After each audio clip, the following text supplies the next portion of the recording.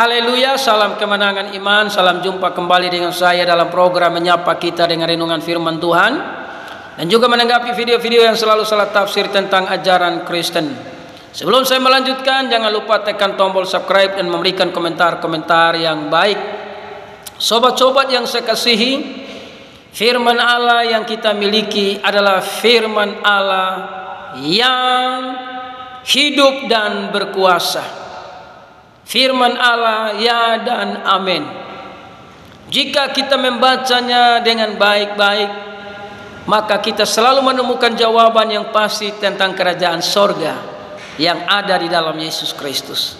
Namun kalau kita membacanya seperti pencuri loncat pagar atau potong-potong ayat firman Tuhan, maka kita mulai berlogika bahwa ternyata ada kontroversi di dalam ayat-ayat firman Tuhan. Kita saksikan dulu sebuah rekaman video, saudara.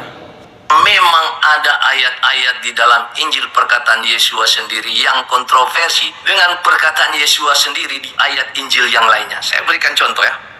Lukas 16 ayat 16. Yesua sendiri ini katakan bahwa hukum Taurat berlaku sampai zaman Yohanes. Tetapi di ayat Injil perkataan Yesua lainnya, di dalam Matius 5 ayat 19, Yesua katakan bahwa hukum Taurat berlaku sampai di sorga. Yang mana yang benar? Di dalam Matius 5 ayat 19, Yesua katakan barang siapa mengajarkan, melakukan Taurat, dia akan menduduki tempat yang dalam kerajaan. Jadi yang mana?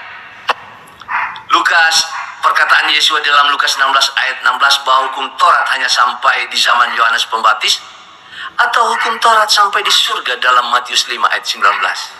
Oke. Demikianlah sebuah rekaman video pendek yang saya ambil. Saya tidak tahu video panjangnya seperti apa. Namun video pendek tadi kita sudah dengar ada seorang bapak ini berkata, mana yang benar? Hukum Taurat dan kitab para nabi berlaku sampai ke zaman Yohanes dalam Lukas 16 ayat 16, atau hukum Taurat itu berlaku sampai ke sorga Matius 5 ayat yang ke-19. Sobat-sobat yang saya kasihi, Lukas 16 dan Matius 5 itu tidak salah, semuanya benar. Hukum Taurat dalam Lukas pasal yang ke-16 ayat 16, hukum Taurat dan kitab para nabi berlaku sampai kepada zaman Yohanes. Hukum Taurat ini adalah hukum dari Tuhan. Ada dua hukum yang Tuhan berikan kepada manusia untuk sampai ke sorga.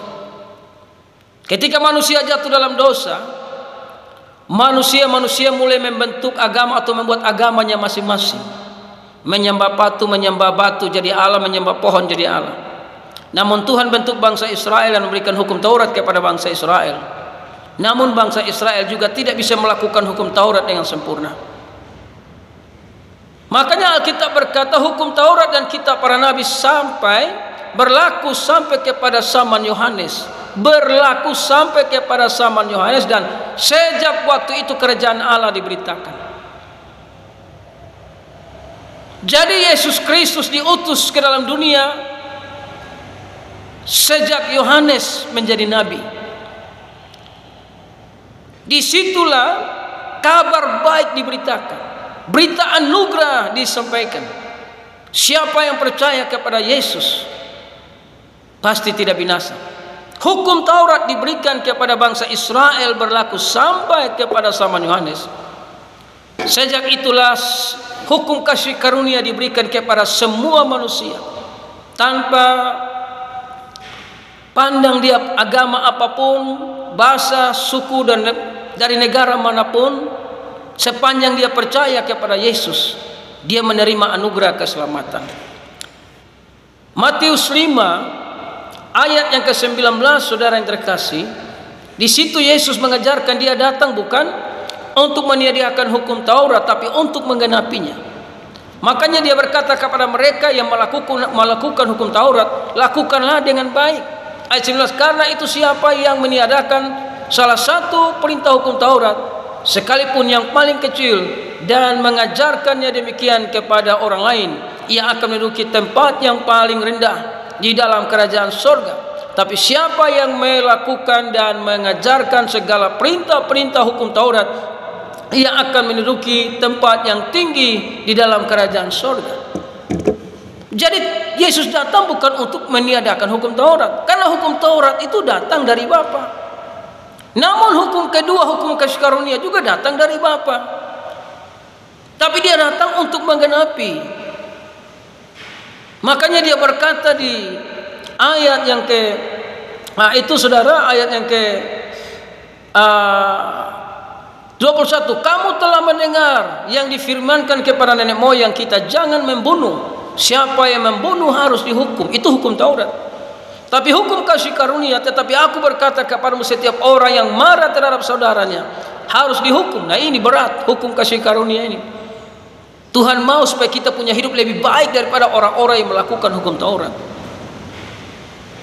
Kita sudah percaya Yesus tapi menyimpan kebencian, menyimpan dendam, menyimpan iri hati, suka fitnah, suka gosip, suka membenarkan diri.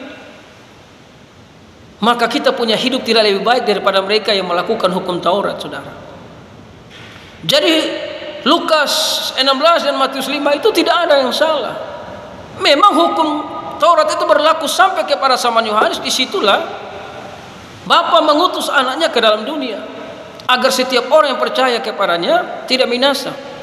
Namun hukum Taurat tetap berlaku bagi mereka yang masih melakukan hukum Taurat. Bangsa Israel masih tetap melakukan, karena hukum itu diberikan kepada bangsa Israel. Namun di sini Yesus mengajarkan, jika kita tidak melakukan hidup kita dengan baik, maka tidak ada gunanya kita ada di dalam hukum kasih karunia.